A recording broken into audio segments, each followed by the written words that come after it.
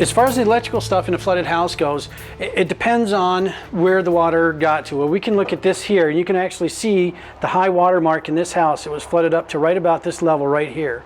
So we know anything that was below that flooded mark has to absolutely be replaced. You can see all the dirt and garbage that was inside of that. These electrical outlets are going to have to be replaced.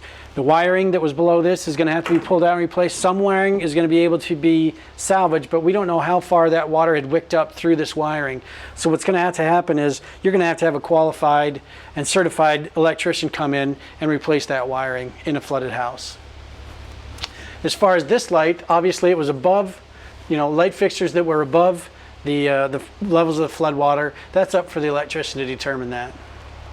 The process for getting the electrical service returned back to a house depends on the specific area. So you may want to check with your local electrical company to find out exactly what it is. But generally what's going to happen is you're going to go into the house and you're going to determine what's been flood damaged, and that's going to have to be replaced. The power company is going to disconnect the power. As we can see here, the meter has been pulled.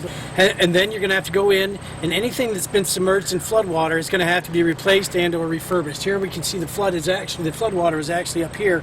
So on this house, there's going to be a lot of electrical work that needs to be done. All receptacles have to be replaced, all outlets have to be replaced, and most likely the wiring that's been submerged is also going to have to be replaced by a qualified electrician, a certified qualified electrician. Some areas will allow self-wiring where the homeowner will do the wire themselves, but in order to do that, you'll have to have a permit that shows that you know how to do that properly and safely.